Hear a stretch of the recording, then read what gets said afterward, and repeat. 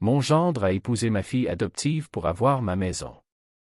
Après le mariage, il est venu avec un testament à la main. Si cette histoire vous touche le cœur, laissez un like et partagez votre opinion dans les commentaires. Avez-vous déjà vécu une situation similaire?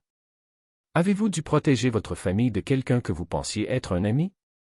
Chaque histoire mérite d'être entendue, et votre voix compte plus que vous ne le pensez. Je m'appelle Pierre Moreau, j'ai 63 ans et je vis à Lyon depuis plus de 40 ans. Je suis né dans un petit village du Jura, où mon père était maçon et ma mère couturière pour les dames du bourg. Nous n'avions pas grand-chose, mais nous avions la dignité. Et cette dignité, ils me l'ont transmise comme le plus précieux des héritages. Mon histoire commence par un rêve et se termine par une leçon que je n'oublierai jamais.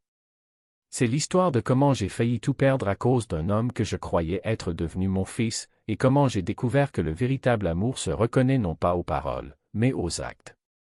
Quand je suis arrivé à Lyon en 1982, j'avais en poche seulement 2000 francs et une adresse griffonnée sur un papier froissé. C'était l'adresse de mon oncle Marcel, qui travaillait dans une usine textile à Villeurbanne. Le voyage depuis le Jura avait duré 18 heures dans un train bondé, tandis que l'odeur de ma terre natale s'éloignait kilomètre après kilomètre. Lyon m'accueillit avec une pluie froide d'octobre et le bruit assourdissant de la circulation. Je n'avais jamais vu autant d'immeubles ensemble, autant de voitures, autant de gens qui marchaient vite sans se regarder. Avec ma valise en carton et mon manteau usé qui sentait encore les sapins du Jura, je me sentais comme un poisson hors de l'eau. « Pierre » me dit mon oncle Marcel le premier soir, tandis que nous mangions une soupe de légumes dans sa cuisine de 40 mètres carrés qu'il partageait avec 3 autres migrants de province, « Ici à Lyon, si tu veux t'en sortir, tu dois travailler 2 fois plus dur que les autres. Parce que tu es un provincial, et il te regarde toujours avec méfiance. » Il avait entièrement raison. Les premières années furent d'une dureté brutale, une lutte quotidienne pour la survie. Le jour, je travaillais sur un chantier à Vénissieux, où l'on construisait des HLM pour les ouvriers venus de province. Le chef de chantier, un Lyonnais bedonnant avec une haleine perpétuelle de pastis, s'acharnait constamment sur moi. « Et, le pecno » me criait-il chaque matin pendant que je portais des sacs de ciment, « bouge-toi le cul. On n'est pas ici à la campagne pour flâner. » Les autres ouvriers riaient, mais je serrais les dents et travaillais en silence. J'avais appris que répondre ne fait qu'empirer les choses. Le soir, je lavais la vaisselle dans un bouchon des brotteaux fréquenté par des étudiants et des intellectuels qui parlaient de politique et d'art pendant que je nettoyais les restes de leurs repas coûteux. J'écoutais leurs conversations savantes, leurs projets ambitieux, et je pensais à quel point leur monde était différent du mien. Je rentrais chez moi à 2 heures du matin, avec des mains pleines de cale et un dos qui me faisait mal comme si j'avais 100 ans. L'hiver lyonnais était impitoyable pour quelqu'un comme moi, habitué à l'air pur des montagnes. Le brouillard qui coupait le visage comme des lames de rasoir, le froid qui pénétrait dans les os et y restait des jours, l'humidité qui s'incrustait dans les vêtements et ne sortait plus. Mais chaque franc que je gagnais, je le mettais de côté avec la discipline d'un moine. Je dormais dans un lit superposé dans une chambre avec 4 autres hommes, tous provinciaux comme moi, tous avec les mêmes rêves et les mêmes peurs. Je mangeais des pâtes sans sauce et du pain rassis, je ne m'achetais jamais rien qui ne soit strictement nécessaire. J'avais un rêve fixe en tête, acheter une maison. Une vraie maison avec des fondations solides, où je pourrais prendre racine et ne plus me sentir étranger dans mon propre pays. En 1989, je rencontrai Françoise. C'était une fille de Grenoble, douce comme le miel des Alpes et têtue comme une bourrique dauphinoise. Elle travaillait comme secrétaire dans un cabinet médical près de la place Bellecour et avait les plus beaux yeux que j'ai jamais vus. Bleu comme le ciel d'été sur les montagnes, qui vous regardait droit dans l'âme sans vous juger pour votre accent de province ou vos mains calleuses d'ouvrier. Je la rencontrai par hasard à l'arrêt de tram de la place des Terreaux, un soir pluvieux d'avril qui semblait ne jamais vouloir finir. Elle avait oublié son parapluie et cherchait un abri sous le petit auvent, avec des cheveux mouillés et l'air perdu de quelqu'un qui ne sait que faire. Je lui offris mon parapluie noir, celui que mon oncle m'avait offert pour mon premier jour de travail. « Mais vous allez être trempé, » me dit-elle avec ce sourire radieux qui me fit perdre la tête instantanément. « Mademoiselle, » répondis-je avec la galanterie que ma mère m'avait enseignée, « je suis jurassien, je suis habitué aux tempêtes. Vous êtes trop belle pour être abîmée par cette pluie lyonnaise. Elle rit, un rire cristallin qui sonnait comme de la musique. Vous êtes très gentil. Je m'appelle Françoise. Pierre, répondis-je, enchanté de vous connaître. À partir de ce soir-là, nous nous vîmes régulièrement. Françoise avait une douceur d'autrefois, celle des filles d'antan qui savaient cuisiner, coudre, s'occuper de la maison et de la famille. Mais elle avait aussi une modernité qui me fascinait, elle travaillait, avait ses propres idées, ses propres projets d'avenir. Nous nous mariâmes en 1991, avec une cérémonie simple mais magnifique à la basilique Notre-Dame de Fourvière, cette petite église perchée sur la colline que Françoise avait choisie parce qu'elle est recueillie et intime, parfaite pour nous. Elle portait la robe de sa mère, une robe en dentelle ivoire qu'elle avait conservée pendant 40 ans dans un coffre en bois parfumé à la lavande. J'avais acheté mon premier costume décent de ma vie, bleu marine à fines rayures, dans un magasin des cordeliers qui proposait des paiements échelonnés pour les ouvriers. Le tailleur, un monsieur âgé aux doigts d'or et à l'œil expérimenté de quelqu'un qui avait habillé des générations de Lyonnais, avait tout ajusté parfaitement. « Monsieur Moreau, me dit-il en me remettant le costume fini, aujourd'hui vous êtes élégant comme un comte. Votre épouse sera fière de vous. » La réception eut lieu dans un petit bouchon de la Croix-Rousse, avec 20 invités entre parents et amis proches. Mon père était venu du Jura, la première fois de sa vie qu'il quittait son village. Il resta assis dans un coin toute la soirée, intimidé par ce lion si différent de son monde de sapin et de fromage, mais avec des yeux qui brillaient de fierté. Quand il me vit danser avec Françoise sur « La vie en rose » d'Édith Piaf, il s'approcha de moi et me chuchota à l'oreille « Pierre, c'est une bonne fille. Traite-la comme un trésor. » Les premières années de mariage furent magnifiques malgré les difficultés financières qui ne manquaient jamais. Françoise avait transformé notre petit appartement en location en un vrai foyer avec sa touche féminine. Des rideaux colorés aux fenêtres, des fleurs sur les rebords, l'odeur du pot-au-feu qui mijotait le dimanche matin en embaumant toute la maison. Elle cuisinait mieux que ma grand-mère jurassienne, elle avait des mains magiques avec les pâtes faites maison. Pierre, me disait-elle en riant quand je rentrais affamé du chantier, tu manges comme deux ouvriers ensemble. Où est-ce que tu caches toute cette nourriture? Mais après 2 ans de mariage, nous commençâmes à désirer un enfant, et c'est là que la vie nous mit à la plus dure des épreuves. Françoise ne pouvait pas avoir d'enfant. Nous l'apprîmes après 2 années de tentatives et d'examens médicaux qui épuisèrent toutes nos économies péniblement accumulées.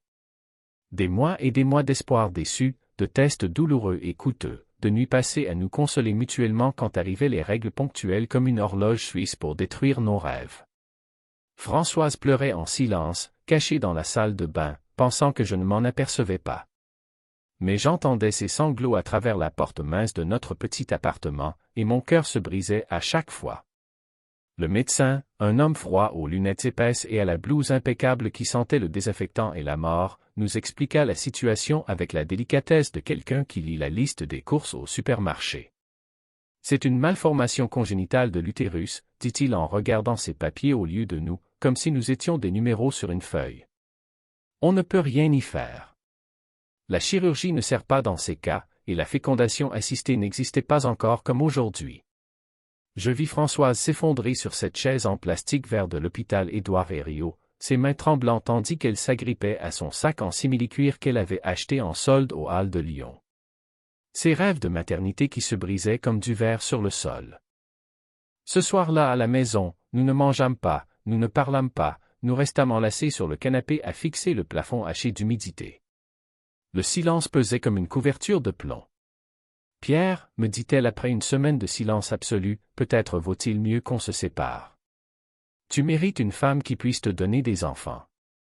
Qui puisse faire de toi un père. » Je la regardai incrédule, comme si elle avait dit la chose la plus absurde du monde. « Françoise, tu es folle? Je t'ai épousée parce que je t'aime, pas pour faire de toi une machine à faire des bébés. Les enfants viendront autrement, tu verras. » Et je me jurai à moi-même que nous trouverions un autre moyen d'être une famille, quoi qu'il en coûte. Ce fut Françoise qui proposa l'adoption.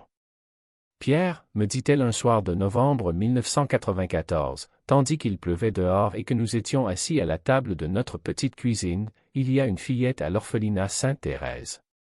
Elle a 10 ans et s'appelle Camille. L'assistante sociale dit que c'est un enfant spécial, très intelligent, mais qu'elle a besoin de stabilité émotionnelle. Ses yeux brillaient d'un espoir que je n'avais pas vu depuis des mois. Elle a perdu ses parents dans un accident de voiture quand elle avait 7 ans. Depuis, elle a été dans 4 familles d'accueil différentes, mais elle ne s'est jamais vraiment adaptée. Elle a besoin d'une vraie famille. Nous allâmes rencontrer Camille le week-end suivant.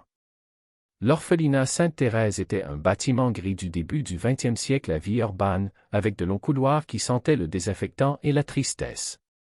Camille était une petite fille pour son âge, avec des cheveux châtains toujours un peu ébouriffés et de grands yeux bruns intelligents qui semblaient avoir déjà trop vu du monde. Elle me regarda longuement quand nous entrâmes dans la salle de visite, une pièce nue avec des tables en plastique et des chaises dépareillées. Puis elle s'approcha lentement et prit ma main avec une naturalité qui me toucha. « C'est toi qui vas m'emmener à la maison ?» me demanda-t-elle d'une petite voix déterminée. Sa petite main était chaude et s'accrochait à la mienne comme une ancre de sauvetage dans l'océan de sa solitude. « Oui, petite, répondis-je en sentant mon cœur fondre comme neige au soleil, si tu veux venir avec nous. » Camille sourit pour la première fois depuis que nous étions entrés. Un sourire radieux qui illumina tout son visage et me fit comprendre que j'avais trouvé mon enfant. Les formalités d'adoption durèrent 9 mois interminables. 9 mois d'entretien avec des assistantes sociales qui vous scrutaient comme si vous étiez un criminel, de visites à domicile où elles inspectaient chaque recoin de la maison en cherchant on ne sait quoi, de vérifications économiques où vous deviez justifier chaque franc gagné au cours des 5 dernières années. Elles nous firent passer des tests psychologiques, nous interrogèrent sur nos relations de couple, nous posèrent même des questions sur nos rapports sexuels avec une indiscrétion qui me faisait rougir. « Monsieur Moreau » me dit l'assistante sociale principale, une femme d'une 50aine d'années aux cheveux tirés et aux yeux de glace, vous travaillez dans le bâtiment et votre épouse est secrétaire. Ce n'est pas une situation économique idéale pour élever un enfant en 1994. Madame, répondis-je en essayant de garder mon calme alors que je bouillais intérieurement, je gagne mon argent honnêtement à la sueur de mon front. Nous ne sommes pas riches, mais rien de nécessaire ne nous manque. Et surtout, nous avons beaucoup d'amour à donner à cet enfant. L'amour ne suffit pas, Monsieur Moreau. Il faut aussi des garanties économiques, la stabilité, l'environnement culturel adapté. Nous dûmes prouver que nous étions des parents convenables, des gens bien, avec une maison convenable et un revenu stable. Je travaillais toujours 8 heures par jour sur les chantiers, mais j'avais aussi commencé à faire de petits travaux de rénovation le week-end pour arrondir les fins de mois et impressionner les assistantes sociales. Chaque euro supplémentaire était une brique de plus pour notre avenir, pour convaincre ces bureaucrates que nous méritions d'être parents. Françoise était passée à temps partiel pour mieux suivre les formalités et les entretiens. Elle passait des heures dans les bureaux municipaux, remplissant des formulaires infinis, apportant divers certificats et documents, faisant la queue avec d'autres aspirants parents qui comme nous rêvaient d'avoir une famille. Elle rentrait fatiguée et nerveuse, mais jamais résignée. « Pierre, me dit-elle un soir tandis que nous reprenions pour la énième fois tous les papiers et documents, s'ils ne nous donnent pas Camille, je ne sais pas ce que je ferai de ma vie. » « Ils nous la donneront, répondis-je avec une assurance que je ne ressentais pas entièrement. Ils nous la donneront parce que nous sommes de bonnes personnes, et Camille a besoin de bonnes personnes qui l'aiment vraiment. Camille arriva chez nous en avril 1995. Je me souviens que c'était une journée de soleil éclatant, le premier vrai soleil de printemps après un hiver qui semblait ne jamais vouloir finir. Elle avait une valise en carton avec toutes ses affaires, 3 robes un peu usées, 2 paires de chaussures, quelques livres de contes et un ours en peluche marron qu'elle appelait Gaston. Gaston a peur du noir, m'expliqua-t-elle très sérieusement tandis que je lui installais la chambre que Françoise avait préparée avec un amour minutieux, tu peux lui laisser une petite lumière allumée toute la nuit. Bien sûr, petite. Gaston aura toujours sa petite lumière. À partir de ce jour, ma vie changea complètement et pour toujours. Camille était une enfant curieuse et vive, intelligente comme un petit génie, mais elle avait aussi des moments de tristesse profonde qui me brisaient le cœur. Le soir, quand j'allais lui dire bonne nuit, je la trouvais souvent éveillée, fixant le plafond avec ses grands yeux pleins de pensées. « Papa Pierre, me demandait-elle régulièrement, toi et maman Françoise, vous ne m'abandonnerez jamais, hein? Vous ne me ramènerez pas à l'orphelinat si je fais quelque chose de mal? Et je lui répondais toujours la même chose, chaque soir, jamais, petite. Tu es notre fille pour toujours. Pour toujours et un jour de plus. Dans les années qui suivirent, je travaillais comme un forcené pour donner à Camille tout ce qu'elle méritait et plus encore. Je me levais à 5 heures du matin, même le samedi et le dimanche, pour faire des travaux supplémentaires. Rénovation, peinture, plomberie, tout ce qui me permettait de gagner quelques francs de plus pour l'avenir de Camille. Mes mains devinrent de plus en plus calleuses, mon dos de plus en plus voûté, les cheveux commencèrent à grisonner, mais chaque sacrifice avait un sens précis, Camille. L'enfant grandissait sous mes yeux en se transformant en une petite femme intelligente et curieuse du monde. Elle était bonne à l'école, toujours la meilleure de la classe en français et en mathématiques. Les institutrices m'appelaient souvent pour me dire combien elle était spéciale. Monsieur Moreau, Camille est un enfant exceptionnel. Elle a une sensibilité rare et une intelligence vive qui la mènera loin dans la vie. En 1998, après 16 ans de sacrifices et d'économie, je réussis enfin à acheter une maison. Ce n'était pas un palais, ce n'était pas une villa, mais elle était à nous. Un appartement de 90 mètres carrés dans le 3e arrondissement, dans un immeuble des années 60 avec des escaliers en marbre vert et une porte d'entrée vert foncé qui se fermait avec un bruit sec et rassurant. 3 chambres, un salon avec du parquet d'origine, une cuisine habitable où Françoise pouvait préparer ses petits plats, et 2 salles de bain. Pour moi, c'était un château digne d'un roi. L'hypothèque était de 25 ans, une somme qui me donnait le vertige rien qu'à y penser, près d'1 million de francs à rembourser dans le temps. Mais le directeur de banque, un monsieur distingué en costume gris avec une cravate toujours parfaite, m'avait regardé droit dans les yeux pendant l'entretien et m'avait dit, « Monsieur Moreau, vous avez un travail stable, une belle famille, et surtout vous avez la tête de quelqu'un qui tient ses promesses. Nous vous accordons l'hypothèque sans problème. » Le jour où je signai chez le notaire, je tremblais comme une feuille. 640 000 francs. Une somme astronomique pour quelqu'un comme moi qui était arrivé à Lyon avec 2 000 francs en poche et l'espoir au cœur. Mais le notaire, un monsieur distingué aux moustaches grises et au bureau rempli de livres de droit reliés en cuir ancien, me serra chaleureusement la main et me dit « Félicitations, monsieur Moreau. C'est une belle maison, gardez-la précieusement. Une maison achetée avec sa propre sueur vaut plus qu'un palais hérité. » Camille grandissait année après année, devenant de plus en plus belle et intelligente.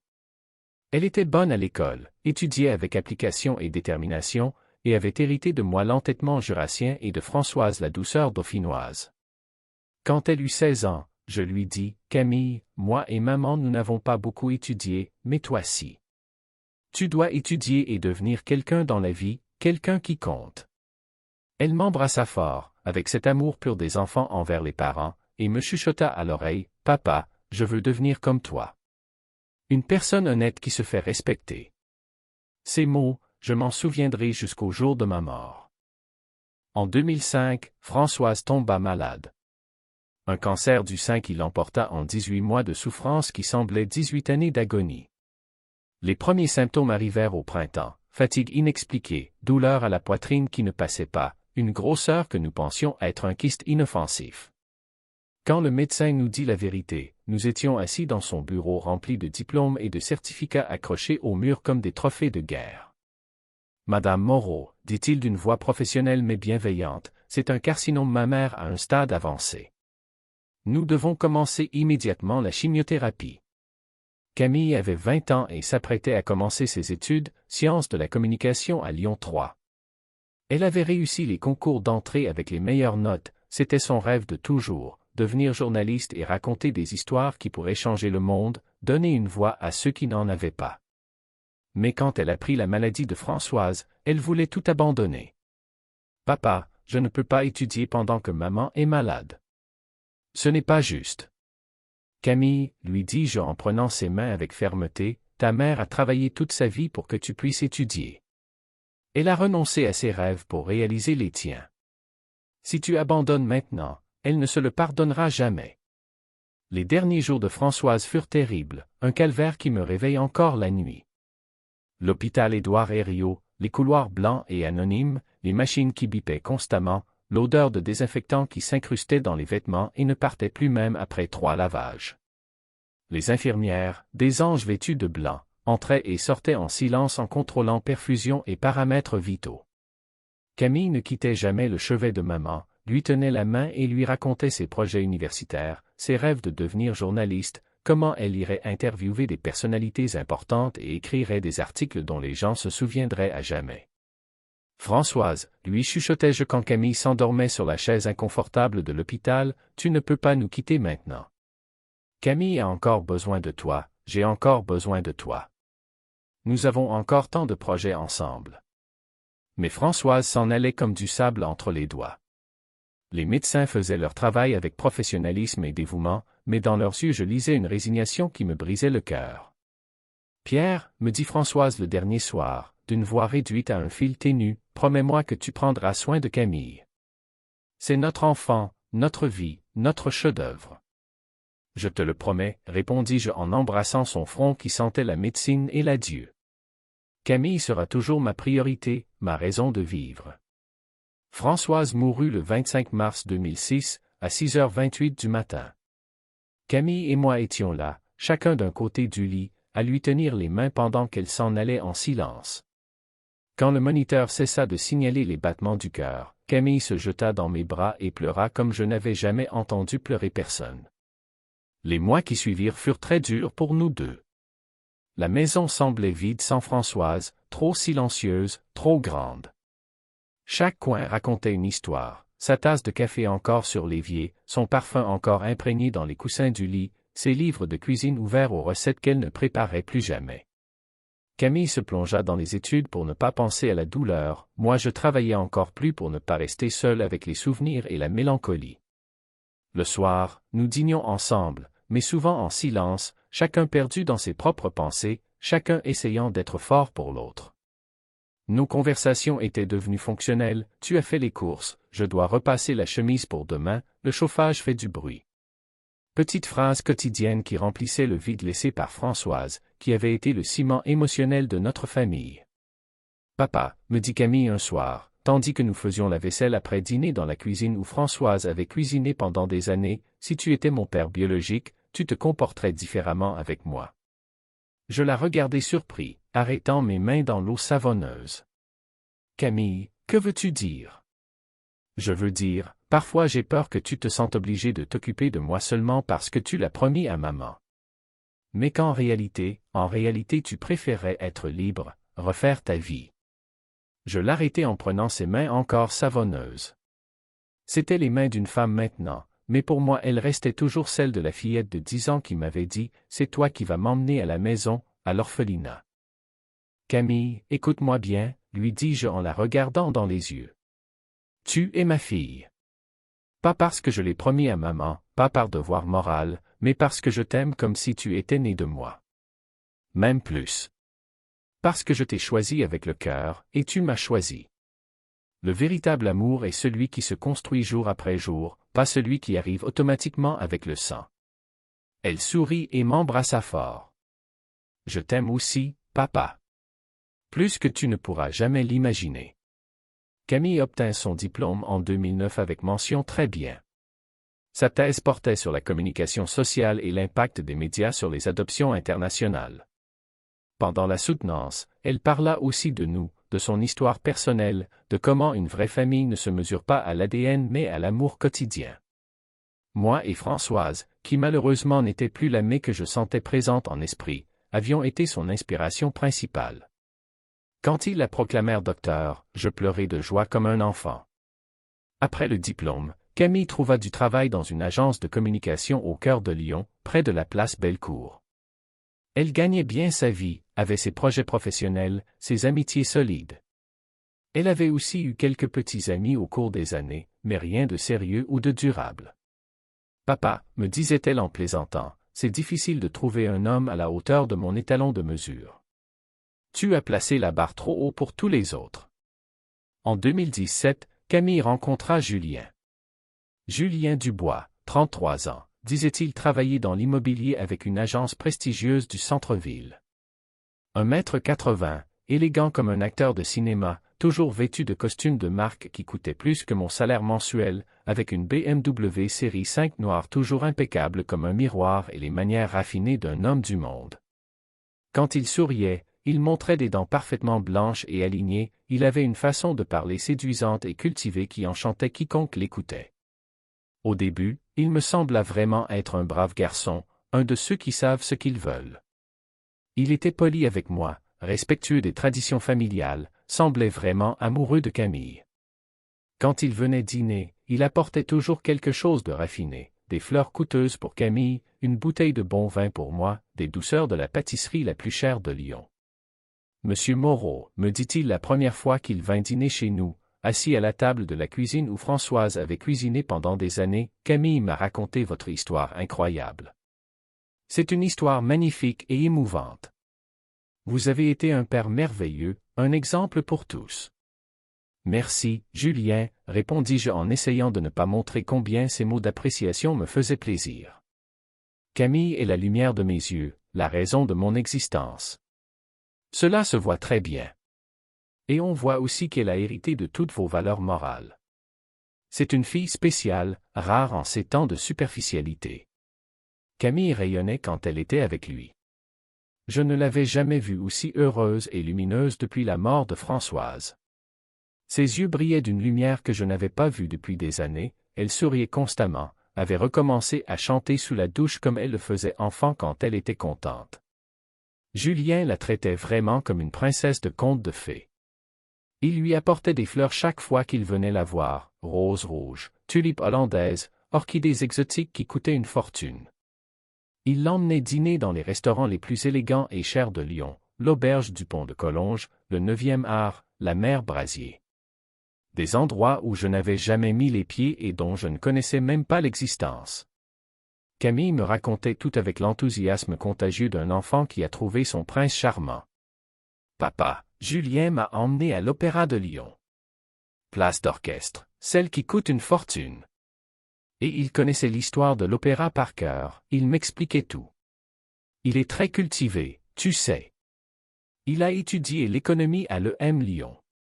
C'est normal, lui disais-je en souriant de son bonheur, quand on aime quelqu'un, on veut tout savoir d'elle, on veut la rendre heureuse de toutes les façons.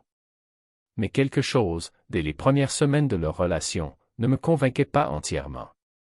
Julien posait trop de questions précises sur la maison, mes investissements, mes économies.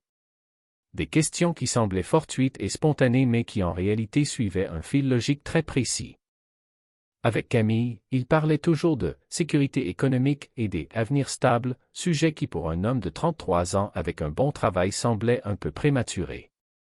Une fois, je l'entendis dire au téléphone, croyant que je n'étais pas à la maison, « Non, non, la situation est optimale. Elle fait entièrement confiance au vieux, et il a tout mis à son nom. » Quand je lui demandai avec curiosité avec qui il parlait au téléphone, il me dit que c'était son comptable, qu'ils évaluaient des investissements immobiliers pour leur avenir commun.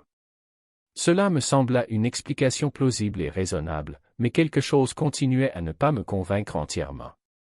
Pendant ces mois, Julien devint de plus en plus présent dans notre maison. Il venait dîner 3 ou 4 soirs par semaine, restait souvent le week-end, avait même commencé à laisser quelques-uns de ses vêtements de marque dans l'armoire de la chambre de Camille. Il se déplaçait dans la maison avec la naturalité de quelqu'un qui y avait toujours vécu, connaissait où étaient tous les objets, ouvrait le réfrigérateur sans demander la permission comme si c'était chez lui. Camille était au 7e ciel de cette intégration, mais je commençais à remarquer certains détails qui m'agaçaient et me rendaient de plus en plus méfiant. Julien était trop curieux, avec une systématicité qui ne pouvait absolument pas être fortuite. Quand il croyait que je ne le voyais pas, il ouvrait les tiroirs de la commode du salon où je gardais les factures et les documents importants, regardait attentivement les papiers que je laissais traîner dans mon bureau, prenait même des photos discrètes avec son portable de documents qu'il trouvait dans la maison.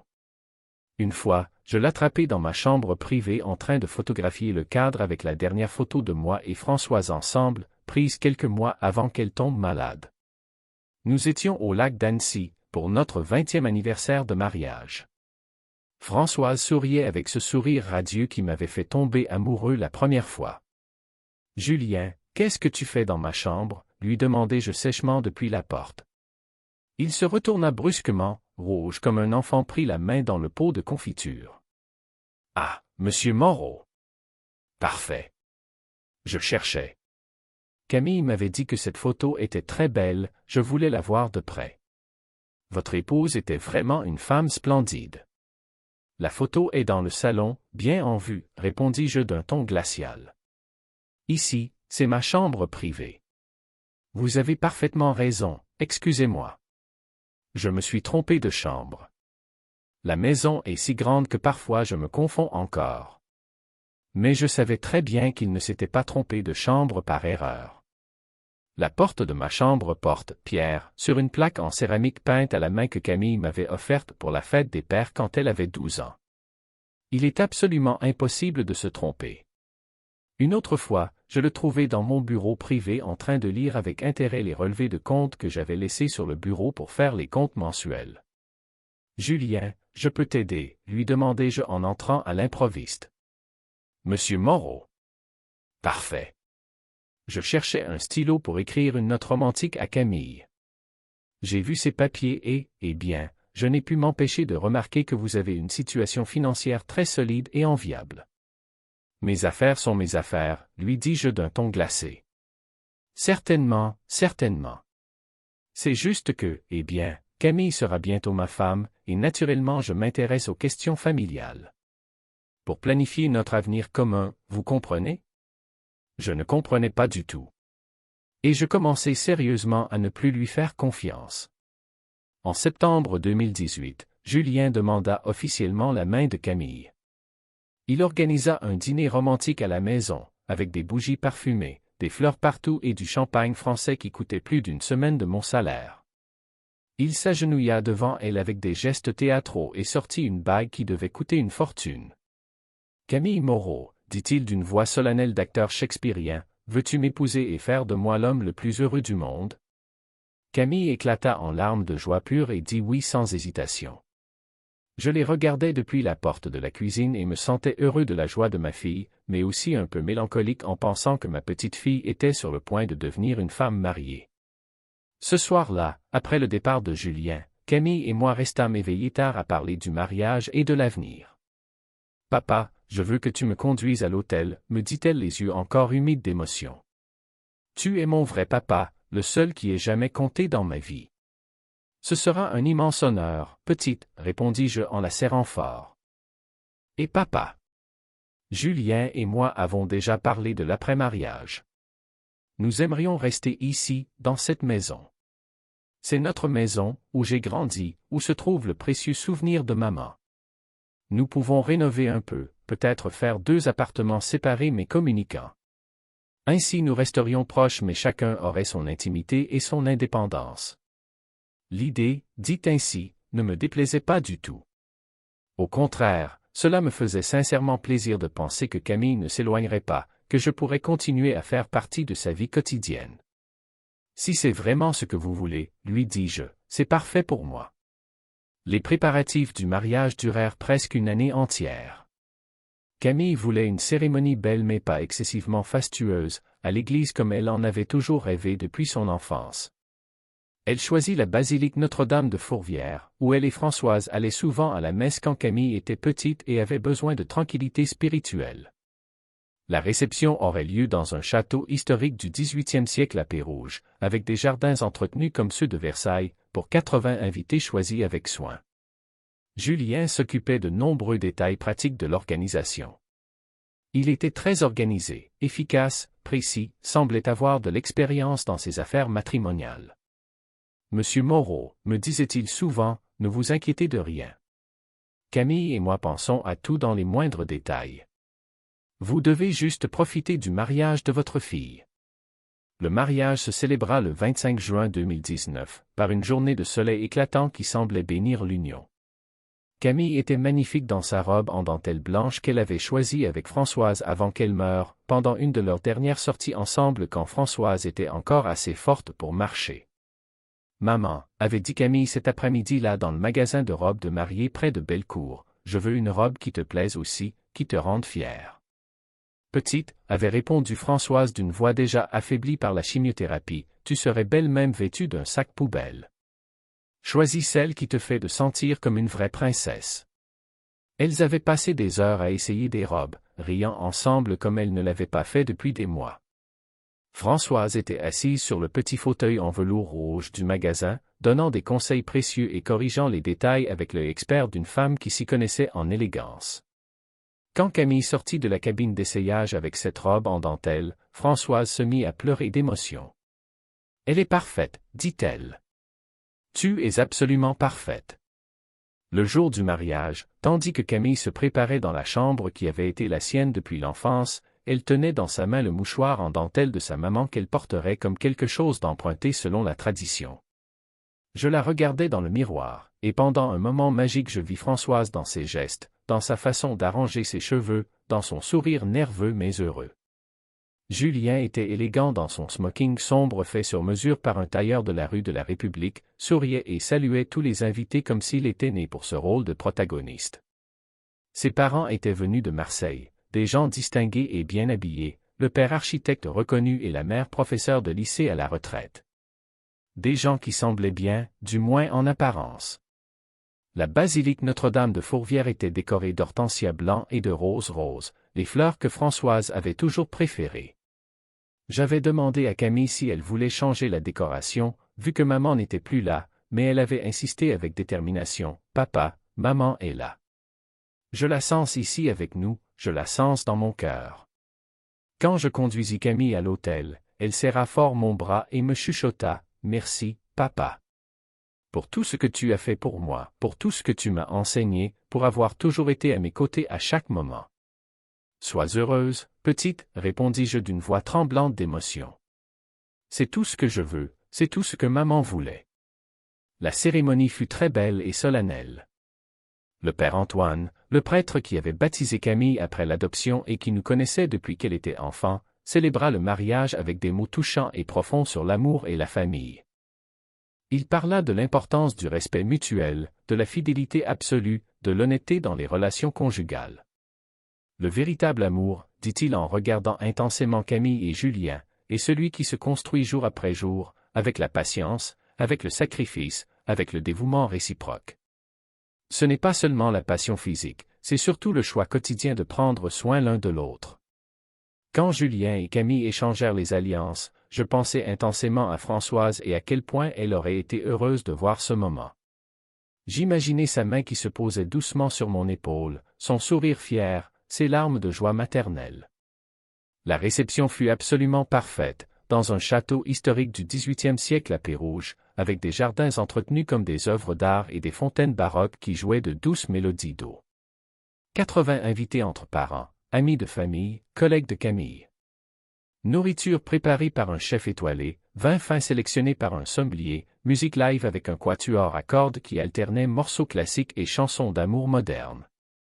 Le moment le plus émouvant fut quand Camille dansa d'abord avec Julien sur les notes romantiques de « La vie en rose » d'Édith Piaf, puis avec moi sur « Le temps des cerises », la chanson que Françoise fredonnait toujours en cuisinant le dimanche matin. « Papa » me dit Camille tandis que nous dansions lentement, entourés des regards souriants et émus des invités, « Aujourd'hui je suis la femme la plus heureuse du monde. Et tout ce que j'ai, tout ce que je suis, je le dois à toi et à maman. » « Et moi je suis l'homme le plus fier du monde, » répondis-je en essayant de ne pas lui montrer que mes yeux étaient humides d'émotion. « Tu es mon chef-d'œuvre, Camille. Mon plus bel ouvrage d'art. » Mais ce bonheur parfait dura très peu. 3 jours après le mariage, un mardi après-midi de juin chaud et humide comme seul Lyon sait l'être en été, Julien se présenta à la maison, qui était maintenant officiellement aussi la sienne, avec une mallette de documents sous le bras et une expression du visage que je n'avais jamais vue auparavant. Camille était encore au travail, elle devait rentrer vers 7 heures. Julien avait un sourire étrange, froid et calculé comme celui d'un vendeur d'assurance qui va t'escroquer. « Monsieur Moreau, me dit-il d'un ton qui me glaça le sang, nous devons parler d'urgence d'affaires très importantes. D'affaires qui concernent l'avenir de notre famille. » « De quoi s'agit-il » demandai-je en l'invitant à s'asseoir à la table de la cuisine où nous avions si souvent dîné ensemble comme une famille normale. Julien posa la mallette sur la table avec des gestes théâtraux, comme s'il s'apprêtait à présenter un contrat de plusieurs millions. Il ouvrit lentement la mallette avec des mouvements étudiés et sortit plusieurs feuilles classées par importance. La première était un testament. Avec ma signature en bas. Une signature identique à la mienne dans chaque détail, mais que je n'avais jamais faite. Voici le testament que vous avez fait établir chez Maître Bertrand il y a 3 mois, dit-il d'une voix professionnelle et sûre d'elle. Comme vous pouvez le voir clairement, vous avez légué tous vos biens à Camille, votre unique héritière universelle. Et puisque Camille est maintenant mariée avec moi sous le régime de la communauté légale des biens.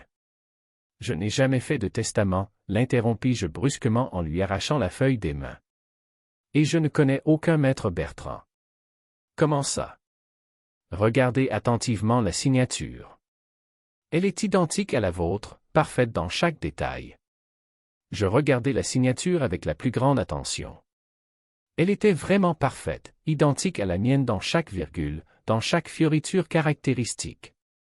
Celui qui l'avait falsifié était un véritable artiste de l'escroquerie, un professionnel du crime. Mais je n'avais jamais signé ce document, jamais vu ce notaire, jamais fait de testament. Cette signature est complètement fausse, dis-je d'une voix ferme. Julien rit, un rire désagréable et sarcastique qui me fit frissonner. Monsieur Moreau, je comprends parfaitement qu'il puisse être émotionnellement difficile d'accepter ces choses, mais les documents sont en règle et authentifiés par un notaire. J'ai ici aussi la procuration générale que vous avez donnée à Camille pour gérer toutes vos affaires bancaires et immobilières. Il me montra un autre document avec la même fausse signature. Lui aussi parfaitement identique à mon écriture, lui aussi complètement faux. Je n'ai pas signé ce document non plus. Monsieur Moreau, Julien changea complètement de ton, devenant plus froid et menaçant, vous vieillissez rapidement. Il est absolument normal que la mémoire ne soit plus ce qu'elle était. Mais les documents parlent clair et sont incontestables. Camille est votre unique héritière légale, et je suis l'époux légitime de Camille. Donc, de facto, cette maison et tous vos avoirs sont maintenant sous notre gestion complète. Tu es un escroc répugnant, lui dis-je en me levant de table. Attention aux mots que vous employez, cher beau-père. Je pourrais vous poursuivre pour diffamation aggravée. Et moi je pourrais te poursuivre pour falsification de documents publics. Julien sourit encore, avec un rictus de mépris. Avec quelle preuve concrète? Ces documents ont été authentifiés par un notaire régulièrement inscrit au barreau. Vous devriez être calme et content. Votre fille aura la sécurité financière à vie. Ma fille ne sait rien de cette histoire répugnante, n'est-ce pas? Camille sait ce qu'elle doit savoir. Que nous nous sommes intelligemment occupés de son avenir et de son bien-être économique. Ce soir-là, quand Camille rentra du travail, elle était rayonnante et heureuse comme toujours. Julien l'accueillit avec un bouquet de roses rouges coûteuses et un sourire que je savais maintenant être complètement faux. « Comment s'est passée la première journée en tant que marié ?» demandai-je à Camille pendant que Julien était aux toilettes. « Magnifiquement, papa. » Julien est si attentionné et prévenant. Il m'a dit qu'il a réglé toutes les questions bureaucratiques pour la maison, ainsi nous n'aurons pas de problème juridique à l'avenir. Quel genre de questions bureaucratiques? Je ne sais pas bien, des trucs compliqués d'homme, rit Camille avec innocence. Il m'a dit que tu as sagement fait un testament pour me protéger, et qu'il a un ami notaire qui nous a fait une remise sur les formalités. Camille, je n'ai jamais fait de testament. Papa, qu'est-ce que tu dis de bizarre? Julien m'a tout expliqué parfaitement. C'est une chose sage et responsable, à ton âge il est normal de penser à ces choses pratiques. Camille, écoute-moi attentivement. Papa, m'interrompit-elle en souriant, je fais aveuglément confiance à Julien. C'est mon mari, l'homme de ma vie. S'il dit que tu as fait un testament, cela signifie que tu l'as fait. Peut-être que tu ne t'en souviens plus parce que tu avais mis l'autre souci en tête. Julien revint à ce moment-là des toilettes. De quoi parliez-vous? Demanda-t-il avec un air innocent. Papa ne se souvient pas du testament, dit Camille en riant doucement. Je lui ai dit qu'à son âge il est normal d'être un peu oublieux. Julien me regarda avec un petit sourire de mépris et de supériorité. C'est très vrai, monsieur Moreau. L'âge apporte inévitablement ces petits problèmes de mémoire. Mais ne vous inquiétez pas, nous nous occupons de tout. Cette nuit-là, je ne pus fermer l'œil. Je restai éveillé à réfléchir, essayant de comprendre comment il était possible que Camille, si intelligente, ne se rende compte de rien. Le Julien qu'elle avait épousé n'était absolument pas la même personne que j'avais connue. Avec elle, il était toujours attentionné et affectueux, mais avec moi il était devenu arrogant et ouvertement menaçant. Le lendemain, en premier lieu, j'allai chez mon comptable de confiance, M. Dubois, qui s'occupait de mes affaires depuis 20 ans et me connaissait comme ses poches. C'était un homme de 60 ans, précis et méticuleux comme une horloge suisse, avec le bureau plein de classeurs ordonnés et une réputation irréprochable dans tout le quartier. « Pierre, me dit-il après avoir examiné attentivement les documents à la loupe, ces documents sont manifestement et grossièrement faux.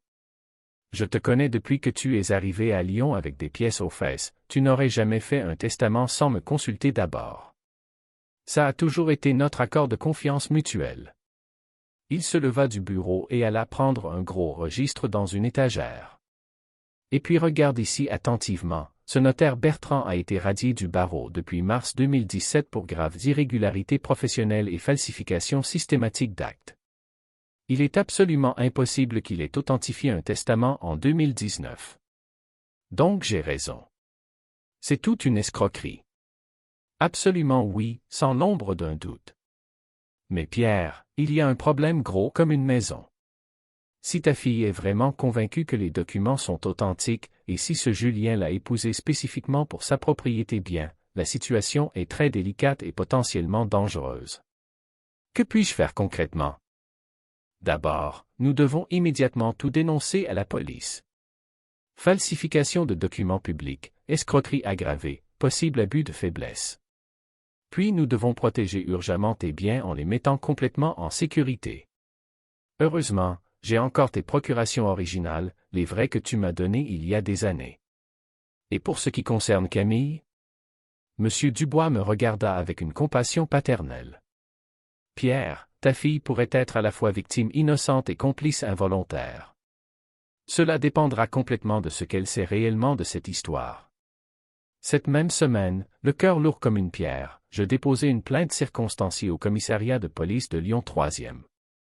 Le commissaire Martin, un homme de grande expérience d'environ 50 ans avec des moustaches grises et les yeux sages de quelqu'un qui en a vraiment vu beaucoup, écouta toute mon histoire avec une attention professionnelle, prenant des notes détaillées sur un bloc. « Monsieur Moreau, me dit le commissaire à la fin du long interrogatoire, des cas comme le vôtre, nous en voyons malheureusement de plus en plus ces dernières années. Des hommes qui épousent des femmes spécifiquement pour s'approprier les biens familiaux, surtout quand il y a des personnes âgées avec des patrimoines intéressants. Nous allons immédiatement ouvrir une enquête approfondie, mais en attendant vous devez être très prudent. » « Pourquoi dois-je être prudent, demandai-je, bien que je devine déjà la réponse. « Parce que si ce Julien se rend compte que vous avez tout compris et que vous avez porté plainte, il pourrait devenir très dangereux. Et il pourrait manipuler encore plus votre fille contre vous, lui faire croire que vous êtes devenu complètement paranoïaque. » Il avait entièrement raison. Dans les jours suivants, Julien devint de plus en plus agressif et autoritaire avec moi.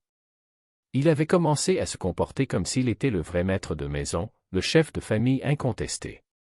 Il changeait de chaîne quand je regardais les nouvelles, s'asseyait sur mon fauteuil préféré sans demander la permission, entrait dans mon bureau privé sans frapper pour prendre ce dont il avait besoin. « Julien, lui dis-je un soir après dîner, tandis que Camille faisait la vaisselle sans se douter de la tension lourde qui régnait dans l'air, c'est encore ma maison. » Pour l'instant, me répondit-il avec un rictus de mépris qui me glaça le sang. Mais les choses changent très rapidement, cher beau-père. Camille et moi pensons à rénover complètement cette maison, la moderniser selon nos goûts. Peut-être que le moment est venu que vous trouviez un bel endroit plus adapté à votre âge avancé. Une maison de retraite, par exemple. Il y en a d'excellentes dans le secteur, très confortables. Je n'irai jamais en maison de retraite. Nous verrons ce qui arrivera. Camille se fait beaucoup de soucis pour votre santé mentale dernièrement. Ces épisodes constants de perte de mémoire, cette confusion sur les documents officiels, cette paranoïa injustifiée envers vos proches, peut-être serait-il vraiment mieux que vous soyez suivi par des spécialistes qualifiés. C'était un chantage pur et simple, clair comme le jour. Il me disait ouvertement qu'il convaincrait Camille que j'étais devenu complètement gâteux, que je n'étais plus capable de m'occuper de moi-même, que je représentais un danger pour tous. Ce soir-là, j'appelai Camille à part, attendant que Julien aille aux toilettes. « Camille, nous devons absolument parler en tête-à-tête. C'est très important. » « Bien sûr, papa, dis-moi tout ce que tu veux. » « Pas ici à la maison. » Julien entend toujours tout. « Sortons, allons prendre une glace comme nous le faisions quand tu étais petite et que tu avais des problèmes à l'école. » Camille accepta, bien qu'elle semblât surprise et légèrement agacée par ma demande insistante. « Papa, on ne peut pas parler ici à la maison comme des gens civilisés? » Nous allâmes au glacier historique de la rue de la République où Camille avait toujours pris des glaces enfants, après les visites médicales, après les rendez-vous à l'école, dans les moments importants de sa croissance. Le propriétaire, M. Antonio, nous reconnut immédiatement bien que des années soient passées depuis la dernière fois. « Monsieur Pierre. Comment allez-vous? » Et mademoiselle Camille, toujours plus belle d'année en année. Elle choisit stracciatella et pistache, moi chocolat et noisette, comme toujours. Certains rituels familiaux ne changent jamais. « Papa, on dirait que tu veux me dire quelque chose de terriblement grave, » dit Camille en riant tandis qu'elle savourait sa glace. « Camille, je dois absolument te dire la vérité sur Julien. » Son sourire s'éteignit immédiatement comme une bougie. « Qu'est-ce que tu veux dire? » « Les documents qu'il t'a montrés sont complètement faux. Je n'ai jamais fait de testament, jamais donné de procuration à personne. Julien ne t'a épousé que pour s'approprier la maison et mes économies. » Camille me regarda avec une incrédulité absolue. « Papa, qu'est-ce que tu dis d'absurde? » « Je dis que ton mari est un escroc professionnel. » « Non. » Camille éleva la voix, attirant l'attention des autres clients. « Je ne peux pas le croire. Julien m'aime vraiment, je l'aime de tout mon cœur. Nous avons des projets merveilleux ensemble, nous voulons avoir des enfants. Camille, s'il te plaît, écoute-moi. » « Non, papa. Je ne te reconnais plus. Depuis que maman est morte, tu deviens de plus en plus méfiant de tout, de plus en plus méchant avec ceux qui nous aiment. Julien a raison quand il dit que la jalousie pathologique te fait devenir complètement fou. Camille, j'ai porté plainte à la police. J'ai les preuves concrètes que les documents sont falsifiés. » Camille se leva brusquement de table, renversant sa chaise. « Tu as dénoncé mon mari? » « Mon mari. J'ai dénoncé un escroc qui ne t'a épousé que pour l'argent. Papa, tu me dégoûtes littéralement. Julien avait raison quand il disait que la jalousie sénile te rendrait complètement fou. Tu ne supportes pas que je sois enfin heureuse sans toi. Camille, ce n'est absolument pas vrai. C'est très vrai. Tu veux que je reste pour toujours ta petite fille, mais j'ai grandi. Je suis une femme adulte avec un mari qui m'aime. Et si tu ne peux pas l'accepter, le grave problème c'est toi. » Camille partit furieuse en me laissant seule à table avec 2 glaces qui fondaient. Je rentrai chez moi à pied, marchant lentement dans les rues de Lyon qui me semblaient soudain complètement étrangères. Quand j'arrivai à la maison, Julien m'attendait dans le salon avec un sourire de triomphe absolu. « Comment s'est passée la glace romantique, beau-père » me demanda-t-il avec une fausse sollicitude. « Camille t'a tout rapporté, j'imagine. » Camille est très peinée par votre comportement déraisonnable, monsieur Moreau. Elle s'inquiète sincèrement pour votre santé mentale. Peut-être est-il vraiment temps de consulter un spécialiste qualifié. Le seul malade mental ici, c'est toi. Attention, beau-père. Camille sait maintenant parfaitement quel genre de personne vous êtes devenu. Elle sait que vous avez dénoncé son mari sans aucune raison valable, seulement par jalousie et paranoïa sénile. Croyez-moi, vos actions inconsidérées ont des conséquences très graves. Cette nuit-là, Camille ne m'adressa pas la parole. Julien et elle dînèrent ensemble dans leur chambre pendant des heures, parlant à voix basse. De temps en temps, j'entendais Camille sangloter désespérément. Les jours suivants furent un véritable enfer.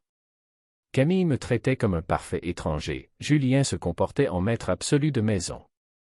Un matin, je le trouvai assis dans mon fauteuil en train de boire le café dans ma tasse préférée, celle marquée « Le meilleur papa du monde » que Camille m'avait offerte pour la fête des pères en 2010. C'est ma tasse personnelle, lui dis-je. C'était votre tasse, me corrigea-t-il avec arrogance. Maintenant c'est la mienne. Comme tout le reste, d'ailleurs. Julien, arrête cette comédie. Dis-moi combien tu veux et disparais à jamais de notre vie. Julien rit fort et vulgairement. Combien je veux? Je veux tout, beau-père. La maison, les économies, Camille. Et je les aurai tous. Parce que Camille croit maintenant aveuglément en moi, elle ne croit plus en vous. Vous êtes officiellement devenu le méchant de cette histoire. Il avait sacrement raison. Camille me regardait avec méfiance et peur, répondait par monosyllabes quand je lui adressais la parole, évitait soigneusement de rester seul avec moi. Julien avait fait un travail parfait, il m'avait complètement isolé dans ma propre maison, il avait fait de moi l'ennemi aux yeux de ma fille. Mais un soir, il se passa quelque chose qui changea tout définitivement, qui fit s'écrouler le château de mensonges que Julien avait construit avec tant de patience et de précision diabolique. C'était un jeudi de fin juillet, il faisait une chaleur écrasante qui vous coupait littéralement le souffle. Lyon en été est impitoyable et sans pitié, l'asphalte reflète le soleil comme un miroir, l'air immobile et humide pèse comme une couverture mouillée. Julien et Camille étaient sortis pour aller au cinéma UGC Ciné-Cité. Ils avaient choisi un film d'action américain avec climatisation pour échapper à la chaleur insupportable. J'étais resté seul à la maison, assis dans le salon avec le ventilateur au maximum qui déplaçait l'air chaud sans vraiment le rafraîchir. Je regardais le journal télévisé du soir quand j'entendis sonner l'interphone. 2 sonneries longues et décidées, pas le son normal de quelqu'un qui vient faire une visite de courtoisie. « Qui est-ce » demandai-je par l'interphone. « Police. » C'est le commissaire Martin avec un collègue. Nous devons vous parler très urgemment. Le cœur se mit à me battre fort dans la poitrine comme un marteau-piqueur. Je fis monter le commissaire et un autre policier plus jeune, un homme d'une trentaine d'années aux yeux attentifs et au bloc-notes toujours prêt. Ils avaient des visages très sérieux, ces visages qui apportent des nouvelles qui changent la vie. Monsieur Moreau, dit le commissaire en s'asseyant à la table de la cuisine, nous avons des nouvelles très importantes concernant votre plainte. Des nouvelles qui changent complètement le cadre de la situation. Dites tout. Voulez-vous un café? Un verre d'eau fraîche? Non merci, nous devons faire très vite. Monsieur Moreau, Julien Dubois n'est absolument pas son vrai nom. Je sentis comme si quelqu'un m'avait donné un coup violent dans l'estomac. Comment ça? Son vrai nom est Julien Rousseau. Il a 38 ans, pas 33 comme il vous l'a toujours dit, et il est né à Marseille, pas à Lyon. Il a des antécédents pénaux très graves pour escroquerie aggravée, falsification de documents, abus de faiblesse et même harcèlement. Le sang se glaça complètement dans mes veines. La pièce se mit à tourner autour de moi comme un manège fou. D'autres victimes? Beaucoup, malheureusement. Il a déjà épousé 3 autres femmes au cours des 10 dernières années, toujours avec le même schéma criminel identique. Toujours le même scénario perfectionné dans les détails. Oui, 3 femmes innocentes comme votre fille. Une à Bordeaux en 2009, une veuve de 60 ans avec une belle maison au centre et un magasin de vêtements rentable. Une à Toulouse en 2014, une institutrice à la retraite avec des appartements en location. Une à Nice en 2016, une dame restée seule avec un héritage très conséquent. Dans tous les cas, il a utilisé des identités complètement fausses, a falsifié testament et procuration, s'est approprié tous les biens, puis a disparu dans la nature. Sainte Marie. Murmurai-je en m'appuyant au dossier de la chaise pour ne pas tomber. Mais le cas le plus grave et tragique, continua le commissaire d'une voix dure, est celui de Nice. Madame Marguerite Blanc, 72 ans, s'est suicidée après avoir découvert qu'elle avait tout perdu. Elle s'est jetée du balcon de son appartement quand elle a compris que Rousseau avait vidé tous les comptes et vendu la maison. Elle a laissé une lettre où elle expliquait tout dans les détails. Je me mis à trembler de façon incontrôlable. Camille. Camille est-elle en danger physique? Pas physiquement, croyons-nous. Mais elle est sûrement victime d'une escroquerie très sophistiquée. Le fait positif est que cette fois nous avons enfin les preuves concrètes pour le coincer définitivement. Le faux notaire Bertrand, celui des documents falsifiés, a collaboré complètement avec l'enquête en échange d'une remise de peine substantielle. Il nous a remis tous les documents faux qu'il a préparés pour Rousseau au fil des ans. Y compris votre testament. Et Camille? Camille sait-elle qu'elle est mariée avec un criminel dangereux? C'est le problème le plus délicat, Monsieur Moreau. Votre fille est clairement victime de cette escroquerie élaborée, mais du point de vue légal elle pourrait être considérée comme complice involontaire si elle ne collabore pas pleinement avec l'enquête. Camille n'a absolument rien à voir. Elle ne sait rien de tout cela. Elle a été trompée et manipulée comme moi. Nous l'espérons sincèrement, et d'après nos enquêtes préliminaires il semble vraiment que ce soit le cas.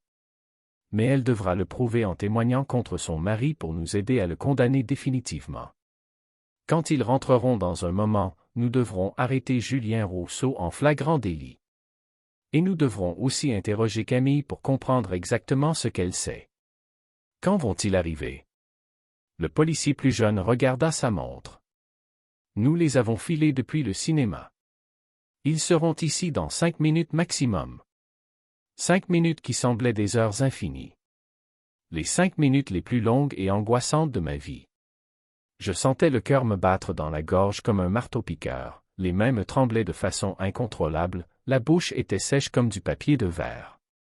Comment Camille réagirait-elle? Me croirait-elle enfin, ou penserait-elle que j'avais réussi à faire arrêter Julien par vengeance et jalousie?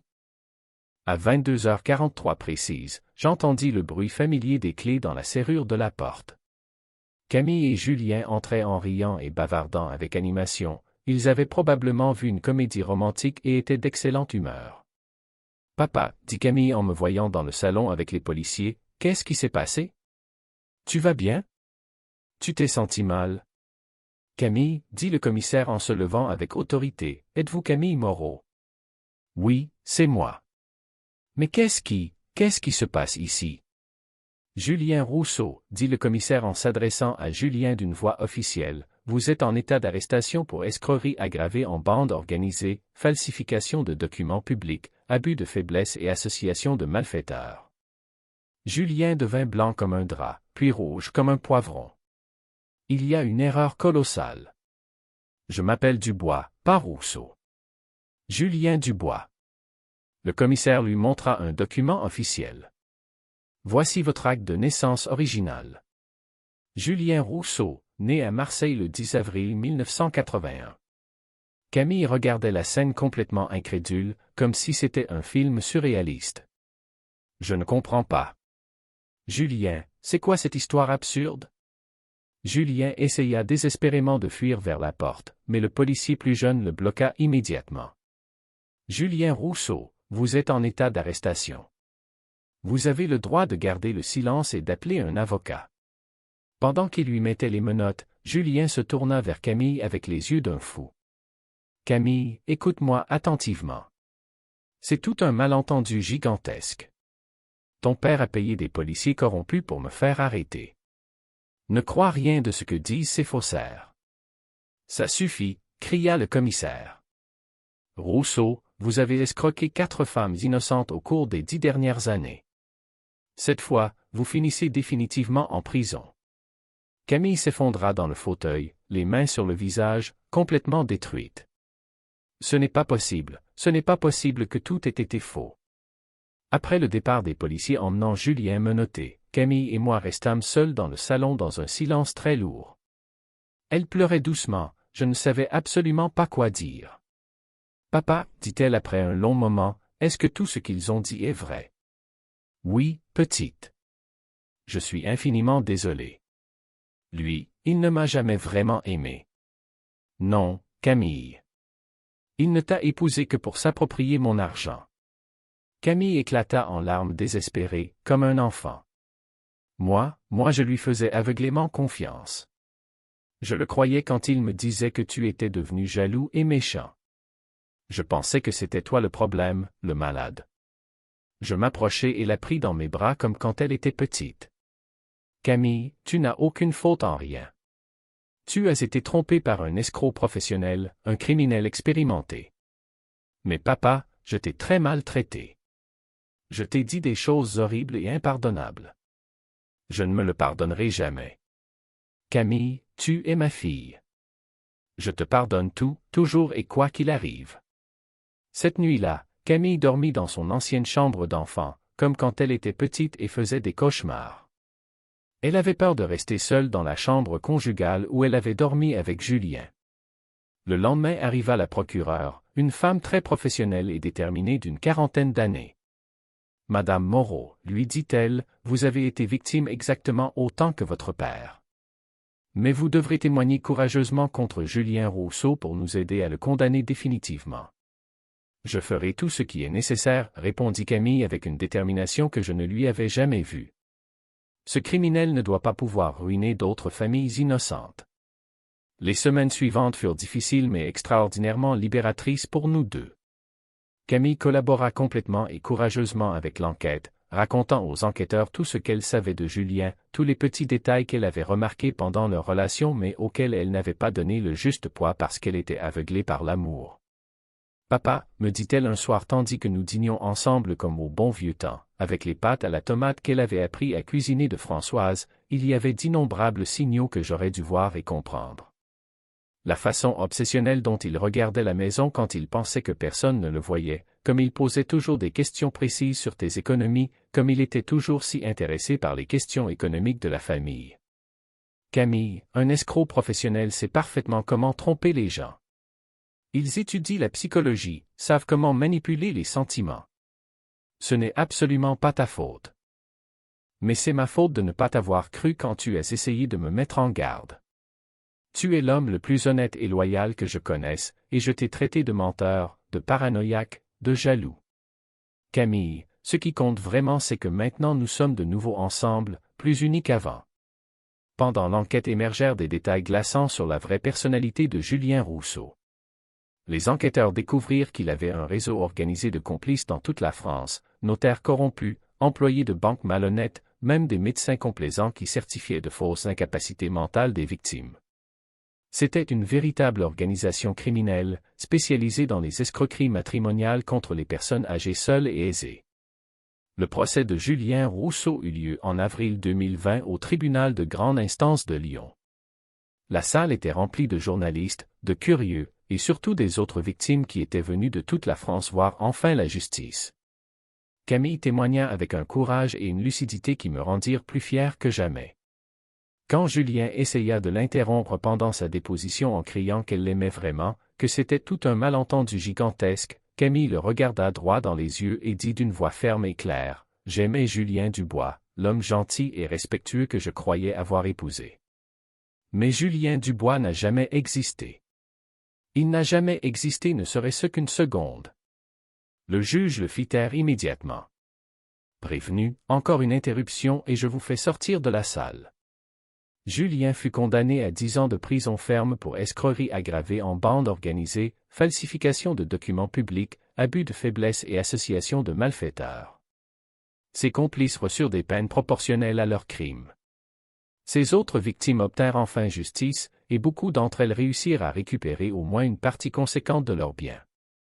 Camille voulut faire annuler complètement le mariage, ne pas se contenter de divorcer. « Papa, » me dit-elle avec une détermination que je ne lui avais jamais vue auparavant, « je veux effacer complètement cette histoire de ma vie et des documents officiels. » Comme si elle n'était jamais arrivée, comme si cet homme n'avait jamais mis les pieds dans notre maison. Il fallut plusieurs mois pour compléter toutes les formalités légales et bureaucratiques, mais à la fin nous réussîmes à obtenir l'annulation complète pour vice du consentement. Camille redevint Moreau, la maison resta à mon nom, tous les documents falsifiés furent officiellement détruits. Mais la chose la plus importante et précieuse était que Camille et moi étions redevenus une vraie famille. Même plus solide et unie qu'avant, trempée par cette expérience terrible mais instructive. « Papa, » me dit-elle un soir de septembre, tandis que nous regardions ensemble un film avec Fernandel, j'ai appris une leçon fondamentale de cette mauvaise histoire. Dis-moi tout, petite. J'ai compris que le véritable amour n'est jamais pressé. L'amour authentique ne pose pas de questions insistantes sur l'argent, ne cherche pas de raccourcis ou d'avantages immédiats, ne promet pas tout et tout de suite dès le premier jour. Le véritable amour est celui qui grandit lentement, jour après jour, année après année, comme ton amour pour moi et le mien pour toi ont grandi. Camille, tu as été la plus grande joie de ma vie dès le premier moment. Dès le premier jour où je t'ai connu à l'orphelinat Sainte-Thérèse. Et tu as été le meilleur papa que je pouvais souhaiter. Le vrai, l'authentique. Celui qui m'a choisi avec le cœur et que j'ai choisi moi aussi avec tout l'amour que j'avais. Camille décida de changer complètement de travail et de perspective de vie. Elle quitta l'agence de communication commerciale où elle travaillait depuis des années et commença à collaborer avec une organisation à but non lucratif qui s'occupait spécifiquement d'aider les victimes d'escroqueries matrimoniales et d'abus de faiblesse. Je veux que ma mauvaise expérience serve concrètement à aider d'autres personnes à ne pas tomber dans les mêmes erreurs, m'expliqua-t-elle avec passion. Je veux transformer la douleur en quelque chose d'utile pour la société. Elle commença aussi à écrire un livre autobiographique sur son histoire, pour sensibiliser surtout les jeunes femmes aux signaux à reconnaître et aux dangers à éviter. Papa, me dit-elle en me montrant fièrement les premières ébauches des pages, j'ai dédié le livre à toi et à maman. Aux vrais parents, à ceux qui te choisissent et t'aiment pour ce que tu es. En octobre 2021, Camille rencontra Antoine au cours de premier secours de l'hôpital Édouard Herriot où elle faisait du bénévolat dans son temps libre. Antoine Dubois était un cardiologue de 36 ans, fils d'une famille de médecins de Grenoble, avec une spécialisation acquise à Londres et un doctorat en chirurgie cardiaque pédiatrique. Il était complètement différent de Julien comme le jour et la nuit. Timide, réservé, avec un travail honnête et une famille normale de province. Il parlait peu mais quand il parlait, il disait toujours des choses sensées et profondes. Il ne possédait pas de voiture coûteuse, ne s'habillait pas de façon voyante, ne faisait pas de promesses miraculeuses. Quand elle me le présenta pour la première fois, il dit « Monsieur Moreau, Camille m'a raconté votre histoire incroyable. Vous êtes un homme courageux et un père exemplaire. » Merci, Antoine. Mais dis-moi, que fais-tu exactement dans la vie? Je suis cardiologue à Édouard Herriot. Ce n'est pas un travail qui rend riche, mais c'est ce que j'ai toujours voulu faire depuis mon enfance. Camille me regarda et sourit avec complicité. Elle savait que je pensais la même chose qu'elle, enfin elle avait trouvé un homme bien, un homme vrai. Camille et Antoine se marièrent en juin 2022. Avec une cérémonie simple et intime à cause des restrictions Covid. Seulement les proches parents, 20 personnes en tout. Mais ce fut le mariage le plus beau, authentique et émouvant que j'ai jamais vu. Quand Camille arriva à l'hôtel à Montbras, elle portait la bague de fiançailles de Françoise, celle qu'elle avait gardée pendant des années dans son tiroir en attendant le bon moment pour l'utiliser. « Papa, me chuchota-t-elle tandis que nous marchions lentement, cette fois je suis absolument sûr. Moi aussi, petite. Moi aussi je suis sûr. » Pendant la réception, Antoine s'approcha de moi avec respect. « Monsieur Pierre, me dit-il, je vous promets solennellement que j'aimerai Camille comme vous l'avez aimée. Comme une vraie fille. » Antoine, répondis-je ému, Camille a déjà un papa qui l'aime. Mais elle peut toujours avoir un autre homme qui la protège et la respecte. Aujourd'hui, Camille et Antoine vivent heureux dans un appartement à 2 pas de chez moi. Ils viennent dîner chaque dimanche, comme nous le faisions Camille et moi après la mort de Françoise. Camille attend son premier enfant, une fille qui s'appellera Françoise comme la grand-mère qu'elle n'aura jamais connue mais qu'elle aimera à travers nos récits. « Papa, m'a-t-elle dit l'autre jour tandis que je caressais son ventre, quand la petite Françoise sera née, je lui raconterai l'histoire du grand-père courageux qui l'a sauvée des méchantes personnes. Camille, je n'ai sauvé personne. J'ai seulement fait ce que devait faire un vrai père. Justement. Tu as été le papa. Le papa vrai et authentique. Il y a quelques mois, j'ai reçu une lettre de la prison de Fleury-Mérogis. Elle était de Julien Rousseau. Il demandait pardon, disait avoir enfin compris l'erreur, voulait parler à Camille pour lui expliquer sa vérité. J'ai déchiré la lettre sans même finir de la lire. Certaines personnes ne méritent pas une seconde chance, pas après ce qu'elles ont fait. Camille me demande parfois si j'éprouve encore de la rancune envers Julien. Non, lui réponds-je toujours avec sincérité. J'éprouve seulement de la pitié pour lui.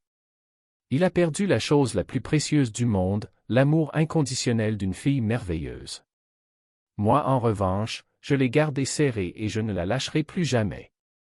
Le soir, quand je suis seul à la maison, je regarde parfois la photo de Françoise sur la table de nuit et je lui parle comme si elle était encore ici avec moi. Françoise, lui dis-je à voix basse, nous avons réussi cette fois encore. Camille est enfin heureuse, elle va devenir maman, elle a trouvé un bon homme qui l'aime vraiment. Et nous avons réussi à protéger notre famille. Je sais que quelque part là-haut Françoise m'entend. Et je sais qu'elle est fière de nous, de ce que nous avons réussi à construire et à défendre. La plus belle chose est que Camille a recommencé à m'appeler papa avec le même amour pur que quand elle était enfant. Même plus peut-être. Parce que maintenant elle sait vraiment ce que signifie être une vraie famille. Cela signifie se choisir chaque jour, se protéger, croire l'un en l'autre même quand tout semble aller de travers. Julien Rousseau voulait me voler ma famille. Au lieu de cela, il n'a fait que rendre notre lien plus fort et indestructible. Il a montré à Camille que le véritable amour est celui qui ne demande rien en échange, celui qui est toujours là, celui qui ne trahit jamais. Camille me dit souvent, « Papa, tu es mon roc. » Mais la vérité est qu'elle est le mien. C'est elle qui a donné sens et signification à ma vie, c'est elle qui a transformé un homme seul en père. C'est elle qui chaque jour me rappelle que le plus grand amour est celui qui se construit pierre par pierre, pas celui qu'on trouve par hasard. Et quand la petite Françoise naîtra, je lui enseignerai tout ce que j'ai appris au cours de ces années difficiles, qu'une vraie famille n'est pas celle du sang, mais celle du cœur. Que l'amour se prouve par des actes concrets, non par des paroles vides. Et que parfois, pour protéger les personnes qu'on aime, on doit être prêt à passer pour le méchant de l'histoire. Mais à la fin, la vérité remonte toujours à la surface comme l'huile sur l'eau. Et le véritable amour gagne toujours. Toujours et pour toujours. Si cette histoire vous a ému et fait réfléchir, laissez un like et racontez-nous dans les commentaires, qu'auriez-vous fait à la place de Pierre? Pensez-vous qu'un père doive toujours dire la vérité à ses enfants, même quand cela peut faire mal? Avez-vous déjà vécu des situations similaires dans votre famille? Votre expérience personnelle peut aider d'autres à reconnaître les signes d'une escroquerie avant qu'il ne soit trop tard. Chaque histoire partagée dans les commentaires peut sauver une famille de la tromperie. N'oubliez pas de partager cette vidéo avec ceux qui pourraient en avoir besoin.